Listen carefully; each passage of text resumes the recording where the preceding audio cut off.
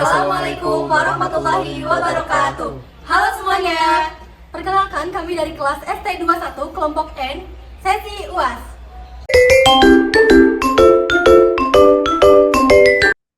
Karbon dioksida adalah gas rumah kaca yang menjaga suhu bumi agar tetap hangat.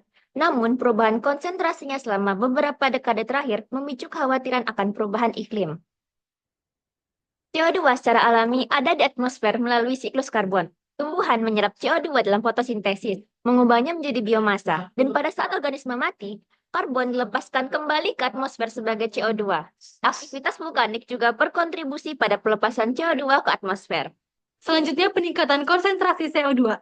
Sejak revolusi industri, aktivitas manusia telah menyebabkan peningkatan konsentrasi CO2 di atmosfer secara signifikan.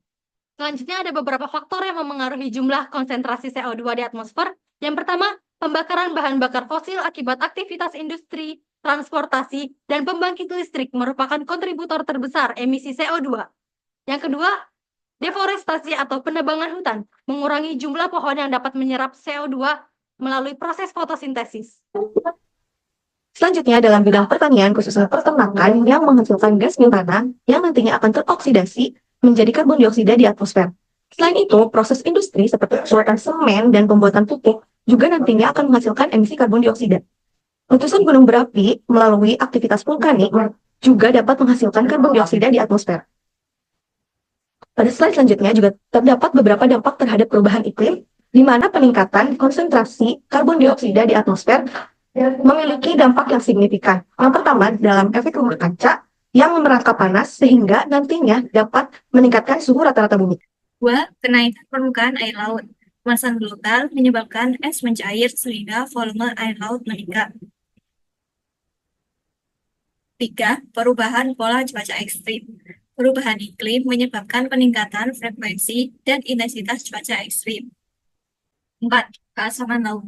CO2 yang diserap oleh lautan menyebabkan penurunan pH air laut. 5. Kerusakan ekosistem dapat mengancam keanekaragaman hayati. Berikut merupakan upaya mitigasi dari perubahan iklim. Yang pertama, pengurangan emisi.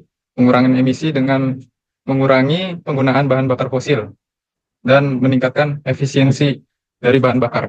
Yang kedua adalah reforestasi, yaitu menanam kembali hutan agar penyerapan CO2 semakin meningkat. Yang ketiga, pengelolaan lahan dengan mengelola hutan yang berkelanjutan. Yang keempat, teknologi tangkap dan simpan karbon dengan menangkap karbon dalam jumlah yang besar dan menanamnya dalam tanah.